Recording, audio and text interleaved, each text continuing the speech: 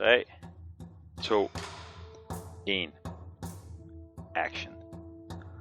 Hello everyone and welcome to this gameplay showcase of Scarlet Republics. My name is Kristian. And my name is Gustav. Yes, and we are the co-creative directors behind Scarlet Republics, and we'll be playing the game today. Talking a little bit about what it is, showcasing some of the cool mechanics, hopefully getting you all excited for its release.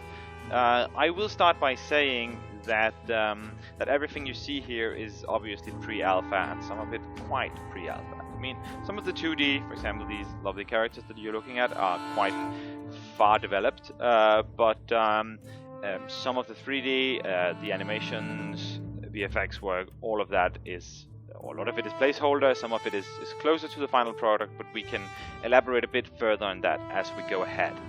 So right now we're in the very beginning of the game, and we are here with Ilario, son of the Prince of Ravale, which is a city-state in the game, and we are discussing one of the early missions of the game, which is to end a rebellion among the cityless.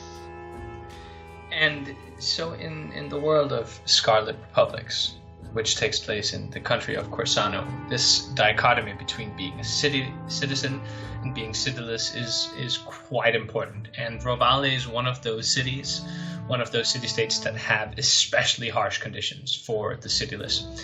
Therefore, cityless rebellions are quite commonplace here, and there is a certain Baroque arrogance to the Ravale aristocracy and nobility, I guess you could say, right, Kristian? Yeah, that is absolutely correct.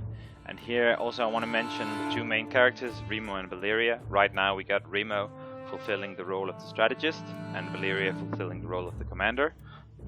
Commanders of the Blackwing Mercenaries, that is, the company right, that you're controlling. And those two roles are interchangeable.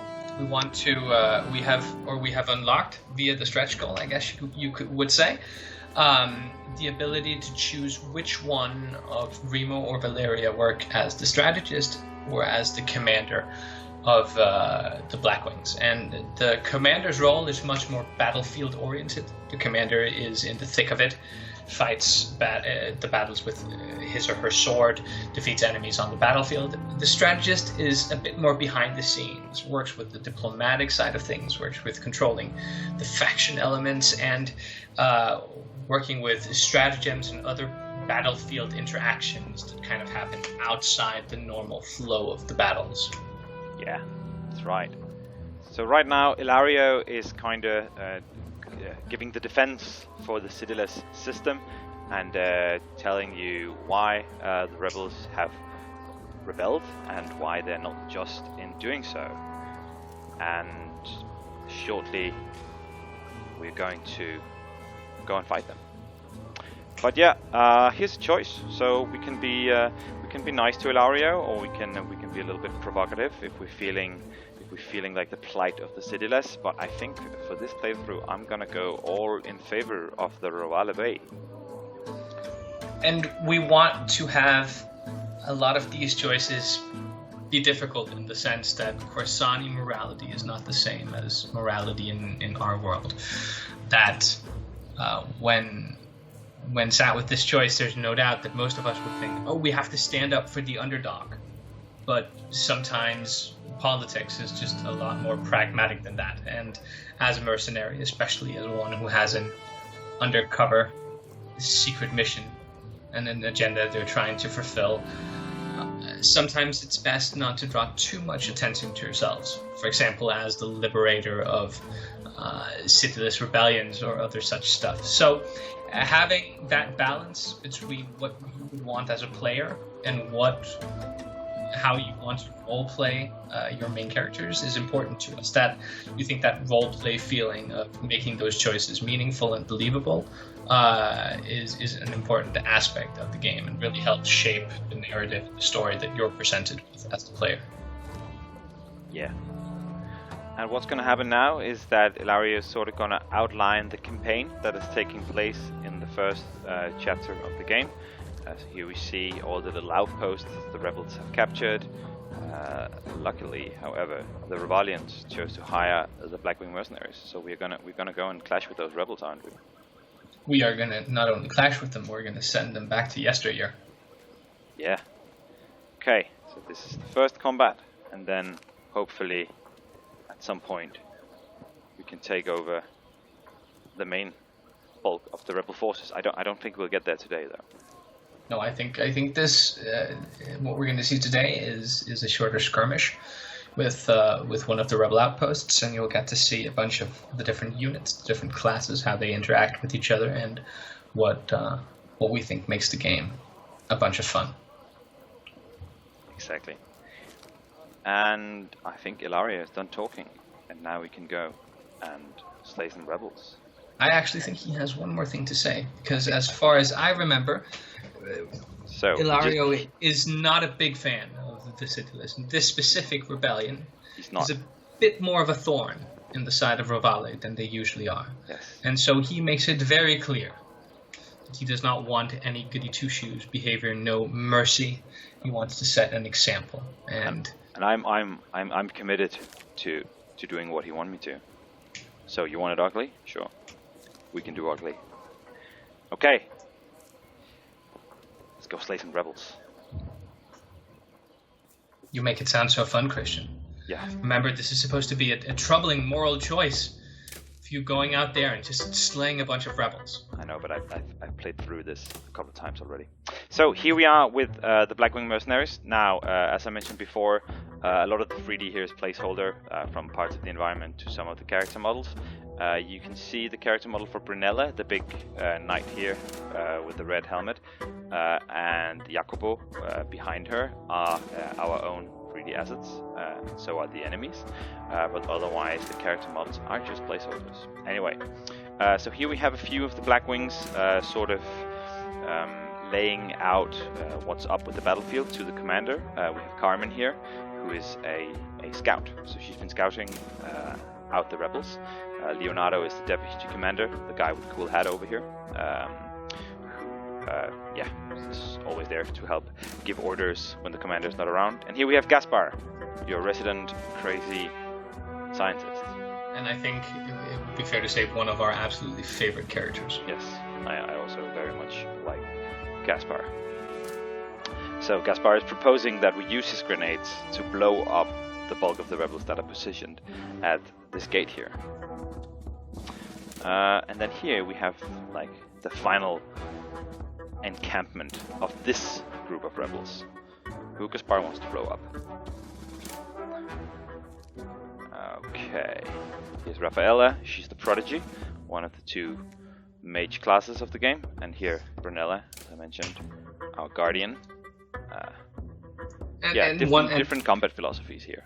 Yeah, and one of the discussions that you'll often see, for example, between Rafaela and Brunella is Rafaela is a bit more young, headstrong, and, to be fair, extremely powerful. So sometimes she wants to rely a bit more on that brute strength, while Brunella has served as general and commander in many battles and many armies throughout her life. So she takes a bit more of the cautious approach and demands respect from those around her, especially when she's giving out counsel.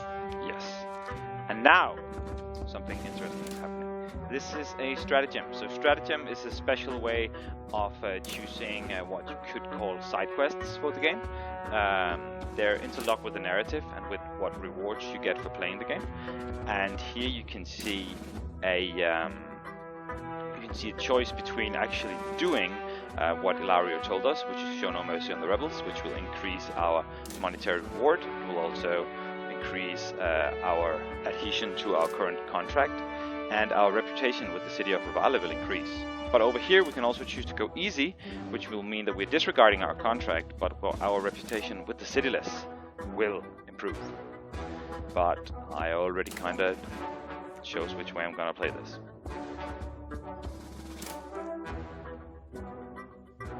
So let's see if I can live up to that.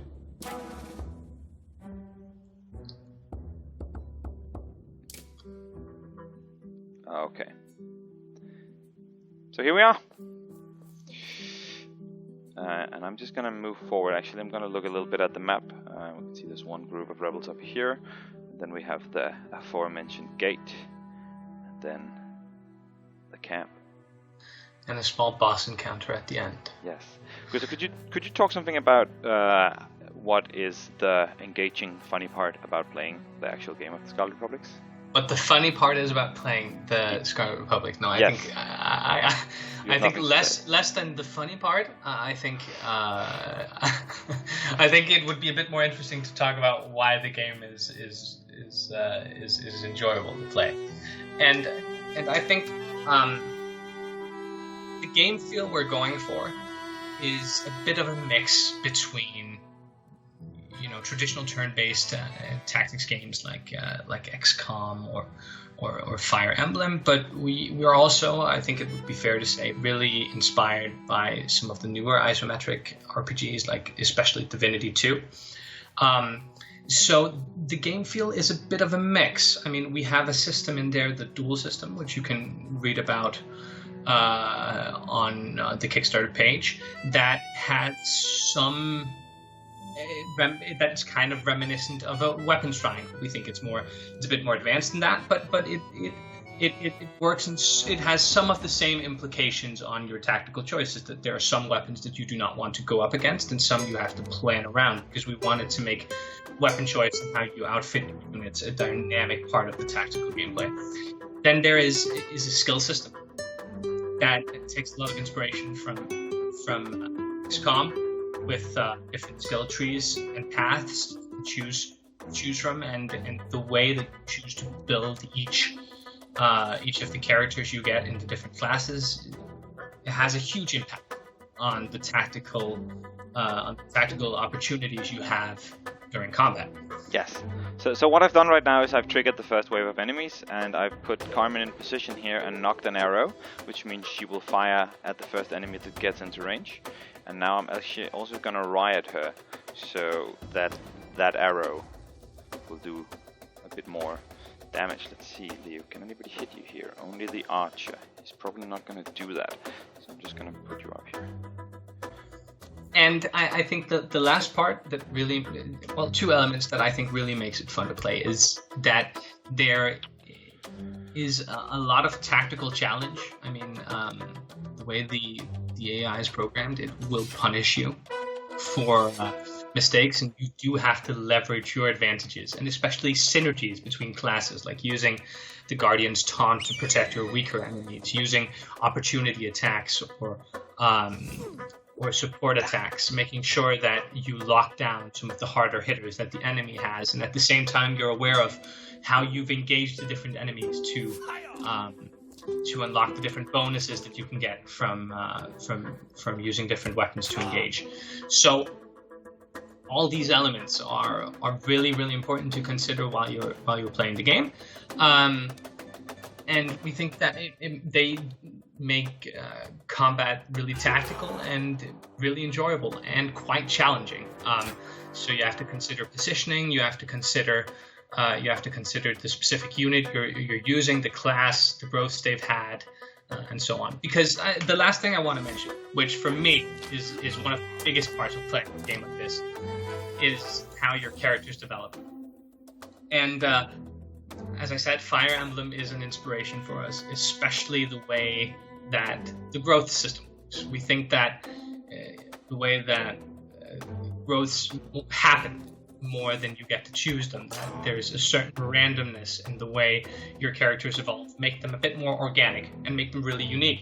So some of my favorite tactical experiences has been when I've gotten a unit that has just turned out in a strange way but is uniquely mine, and I've been able to influence it just enough to get it to where I want to, but it's also kind of, an aberration, and no one else, or very few people playing the game, will have an experience with that character the way I'm having that experience. And we really wanted to capture that the units aren't just blank slates that you get to play around with, but they also have their own personality, so to speak, also in terms of stats and skills. That's also why each unit has a personal skill that evolves. So even though they're the same class and you've chosen the exact same skills, they will play differently. They will have grown differently. No two units are the same, and I think that's really important in giving every unit a personality and making it tense, choosing which unit you want to take out on the mission, because there's certain units you just know this guy just performs for me on this playthrough. And then maybe on the next, he'll be, the bottom of the barrel and just not, be the same character that you had before, because it was just such an awesome growth. And we really want to have that be a big part of the experience. So, I've been doing a lot of things while you've been sort of explaining the core gameplay. So first of all, I really wanted Rafaela here to get a kill, because then her siphoning kicks in, which is a prodigy ability that makes her stronger the more people she killed. So I kind of took a risk and put her in here. I used Valeria for that, the commander, with the command ability that allows her to give her turn to another unit. But then it got a little dicey. But I got Jacopo up here to heal Rafaela, and now Brunella is taunting this guy who is engaged in a duel with Leonardo. So I think the poor guy will suffer an opportunity attack.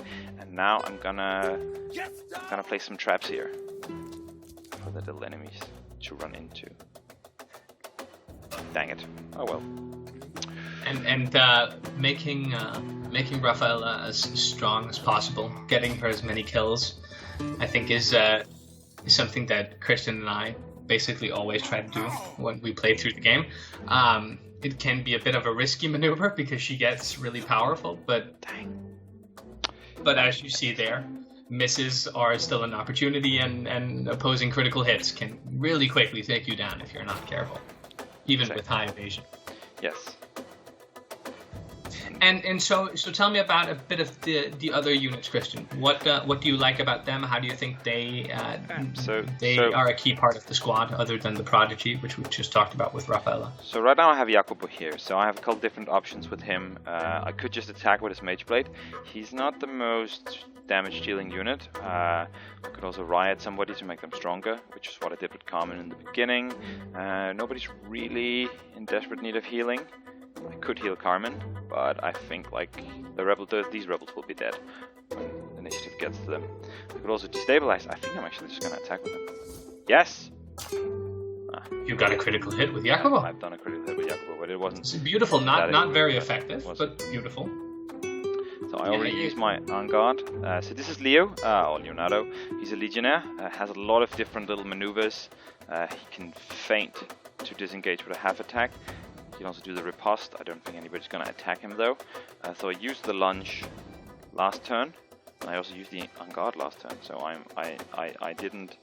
probably didn't calculate my action economy that properly. But there we go. I've killed another rebel. Oh, there's nothing like a good old critical hit. Budding. Okay. So and there's nothing like a good old level. No. So here you see it in action. This is a pretty good go-row for Leonardo. He needs a lot of agility. Proficiency is also good for a legionnaire. I think proficiency is good for most units. Proficiency is good for most units. Also okay for Brunella. I would probably like some stamina, but I mean, if she can become... You like that strength growth? I do like that strength growth. Well, she'll do more damage, which is nice. Both of the two attack attributes got an increase, so I'm okay with that. I'm just gonna see if I cannot get another kill in with Rafaela by using the command ability. So I gave her Valeria's turn, and let's see, 83, please. Yes. And was that your second or third siphon? That was my second siphon. Yeah, because the prodigy can at base skill level only siphon 3 times. Yes. Per battle, which is not a hard cap. You can get to play with that depending on the skills you choose. That's nice growth for Valeria. Nice growth for Valeria. Yeah, so you can see right now we're up by 20%. Oh yeah, she's still in Hawk Shift. Yeah, so as you can see, right now she's Hawk Shifted. That means her movement is down. She can't really move that far, but her attack is up, which is nice. I can also Sparrow Shift for the opposite effect, but I think I'm just gonna cleanse so that she is basically just back to normal. It costs stability to do that, so gotta take care that she doesn't destabilize and get the terrible. She's looking pretty fine. She's looking because we have health, but we also have the little purple bar. Kristian, could you talk a little bit about the purple bar stability? Yes, I'm just gonna introduce the villains of the map. This is the captain of the rebel, Sandro. he's apparently discovered that we're attacking his camp. He's not very happy about that. No, and the Free here is a certain faction of rebels that are right now rampaging Rovale. This is one of the reasons that Ilario is a bit more concerned than he would normally be. Yeah. So, actually I should say, now that you're probably wondering, am I just going to be clicking and clicking and clicking? No, we are developing an out-of-combat movement mode, where you can just bulk select and move, like is common in isometric RPGs, but it didn't make it into this build yet. It will be there though. Anyway, you asked about the purple bar, which is stability. So stability is something that you can like affect with various abilities. For example, here you see Brunella. Whenever she taunts, you see it destabilizes for 4. So that is one way of destabilizing. Obviously, another really effective way of destabilizing is attacking with a mage blade, which Rafaela, who's a prodigy, has, and Jacopo, who's a shape mage, has. And Jacopo is also very, very good at destabilizing with his warp ability. So if we're talking in conventional game terms, I guess your stability is a bit like mana. In other games, it's a limit on how often you can use your magic or can resist certain magical or skill-based effects. Now, there is one hook to that. That is, if you lose your stability, you become destabilized, and stability plays together with the magic system of the world, which is based around pattern magic, which you can read more about on the Kickstarter page. But basically, when a unit becomes destabilized, the unit is very, very vulnerable.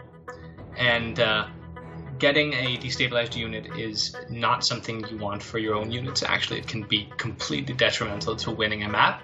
But on the other hand, it's sometimes a really good strategy for taking down units that are tough in health, but have less stability. So it's different ways to tackle different units, depending on if you want to go more of a skill-based route or more of a traditional damage route.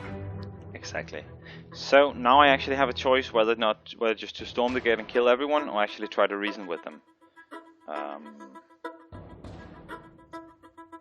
think I'll actually just... Yeah, I was about to say... talk my way out of it.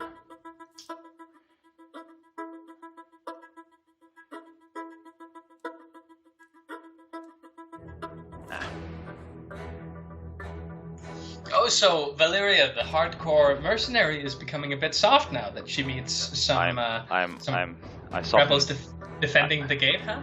Yes, I softened in front of the actual people I'm going to kill. It will not happen again. I'm very sorry. I was about to say, I was expecting a bit more hard-bitten mercenary, but it seems that under all that gruffness, Valeria has a soul for the common people, huh?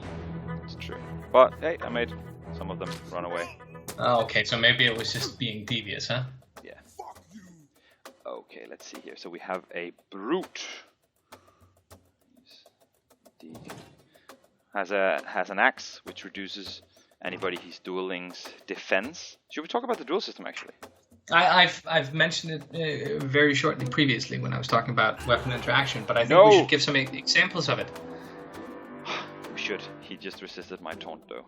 And you do not want to be faced up with more enemies than one that has axes, otherwise you will see your defense go down in a staggeringly rate.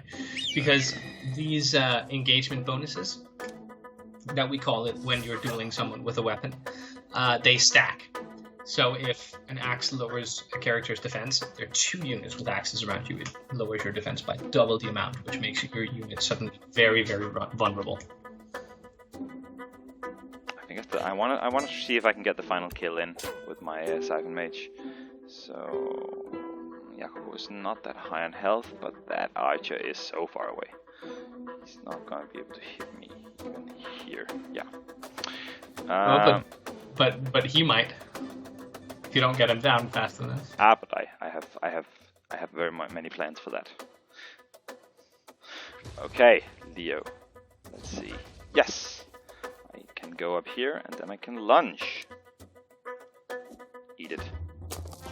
Actually, now Rafaela did not get the kill.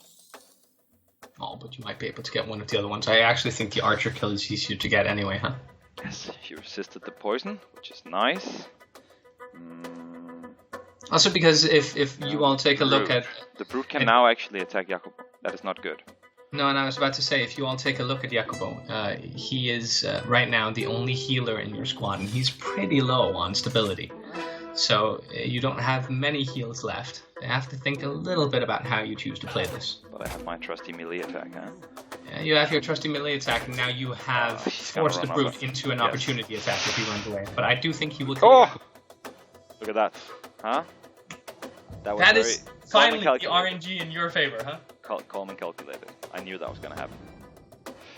I'm just gonna run down here. So Gaspar also has his trusted little gun. Because I kind of don't want to use... So actually Gaspar, we haven't talked much about him, has access to traps and grenades. You've seen me use traps on multiple occasions, but I haven't really had the opportunity to use a good grenade. I think it's a good idea to save some of the grenades for the final boss encounter. I think the grenades will be good in there. Now I need to remember to kill this guy, otherwise it could get very dicey. There you go. And I got my final siphoning. You did. Look at that, 30%. It's really nice. But again, remember, this is like the amount of times Kristian and I have lost our prodigy because of the invincible feeling of the triple siphon. Okay, it happened to me just the other day. So remember, she's not invincible. She's just 30% stronger. I know she's not invincible, but this guy does not. That's actually pretty lucky. The spear is very powerful because it has a dual bonus that lowers the enemy's accuracy, so it can really like lock down enemies and have them have a really hard time at hitting you, but it doesn't hit that well. So Leo has pretty low accuracy right now.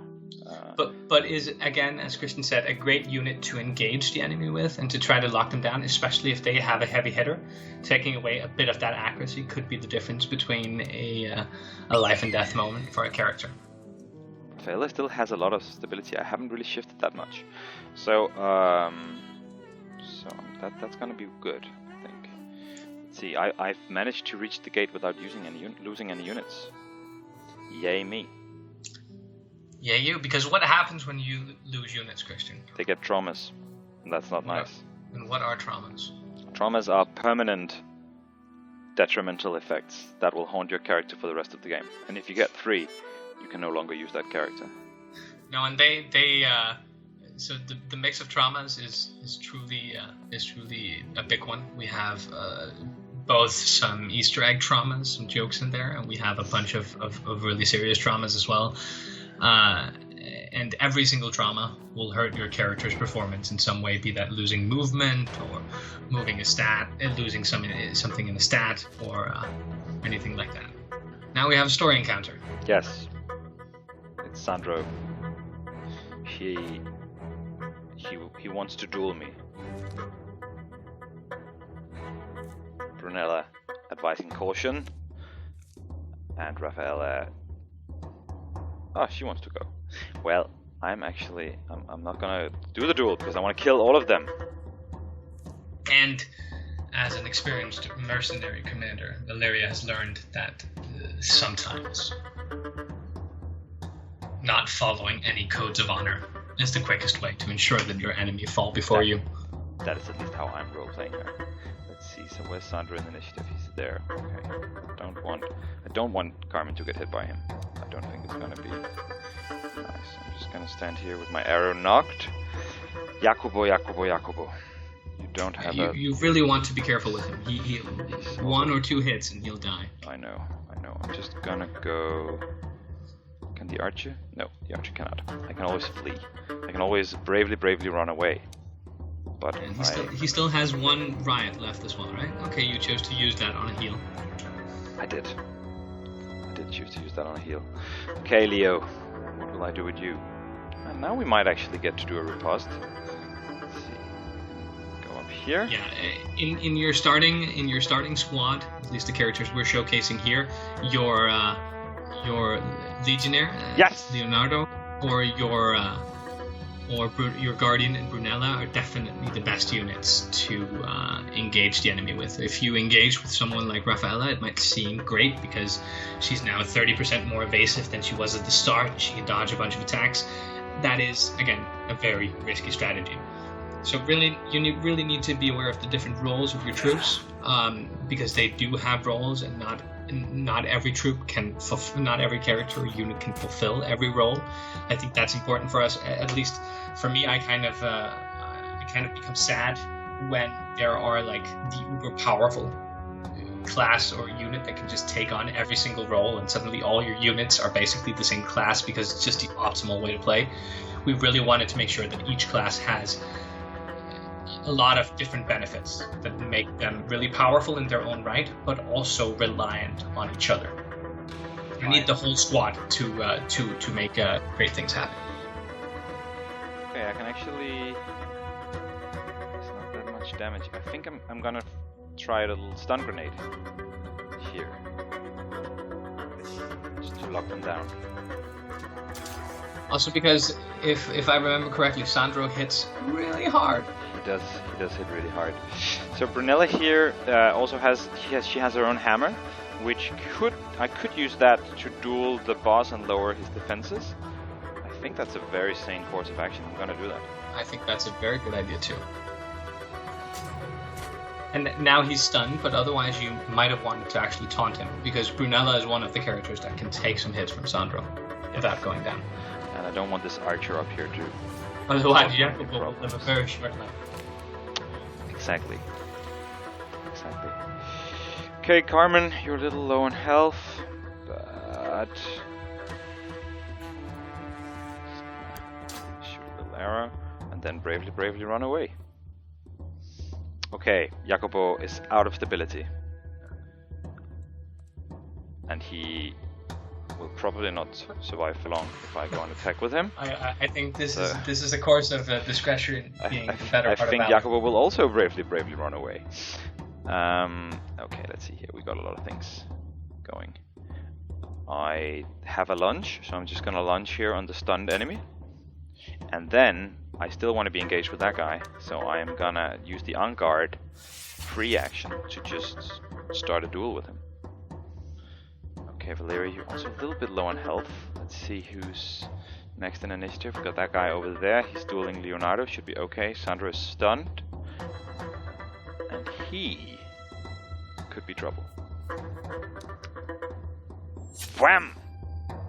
There you go. Yes. Got him. And remember that the fights we're showcasing now are between low-level units. Yeah. So obviously, as units grow in level, they become a lot more versatile, get a lot more different skills to play with. The builds really open up. But we really wanted to showcase the core mechanics of each class and how they play together, and show that even from the beginning of the game, utilizing your units as a team and having them fulfill their different roles is important if you want to have success. Okay, so Rafaela is triple siphoning, and I will now hawk shift her to boost her attack. That should hurt, especially because he's dueling Brunella, so his defenses are low. Wham! There we go. You know what? I'm gonna take the risk. Also, because even if she gets hit, then I get to show these guys how trauma looks. Who's next? It's that guy. From experience and from the way our AI targets, I can promise you, if you take Jacopo and move him into the fray, he will die. Yeah? And we'll get a trauma. Let's see. Because I think I got them. Oh, that's beautiful.